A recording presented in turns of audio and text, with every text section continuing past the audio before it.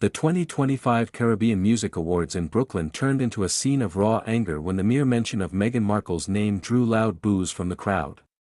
Held on August 28 at the historic King's Theatre, the event was meant to celebrate Caribbean artists and their music, but it quickly became a flashpoint for public frustration with the former royal. Eyewitnesses described the moment as tense and unavoidable, highlighting how Markle's ongoing controversies continue to follow her, even to places far from her California home.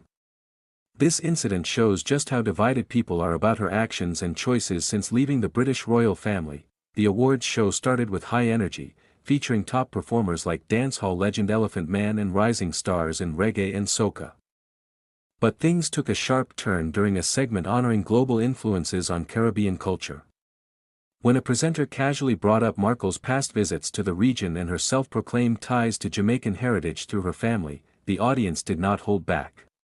Boos echoed through the theater, growing louder as some people shouted, "Get out," and "Not welcome here."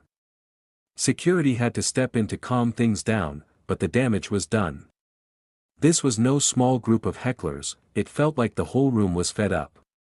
Markle, who was not even there in person, still managed to steal the spotlight in the worst way possible. What made this moment so shocking was how it tied back to Markle's history of stirring up trouble. Back in 2024, similar rumors swirled about her getting booed at the same event, but those were brushed off as gossip. This time, videos from attendees captured the real reaction, spreading fast on social media. One clip, posted on YouTube just hours after, shows the presenter's face turning red as the boos drown out his words. It was clear the crowd saw her as an outsider trying to cash in on Caribbean culture without real respect, said one attendee, a local music fan named Maria Lopez, who was in the third row. Lopez added that people remember Markle's 2024 trip to Jamaica with Prince Harry for the Bob Marley movie premiere, where they posed with leaders pushing to drop the British monarchy. Many felt that was a slap in the face to traditions, and the boos were payback. Markle's critics point to her pattern of using her platform for personal gain, often at the expense of others. Since stepping away from royal duties in 2020, she has built a brand around empowerment and diversity, but many see it as fake. Her Netflix shows and book deals rake in millions, yet she rarely gives back to the causes she talks about.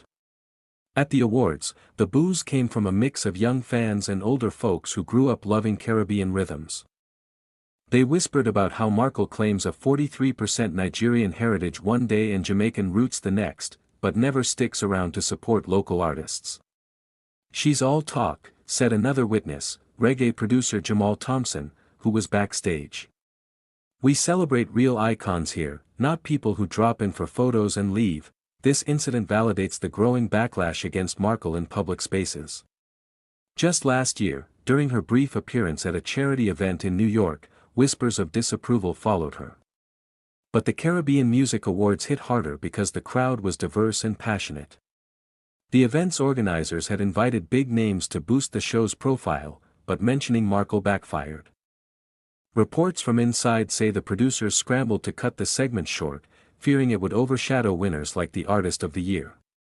Instead, it became the night's top story, with posts on X, formerly Twitter, exploding. One user wrote, "Meghan's name gets boos louder than the bass drops. Time to stay home."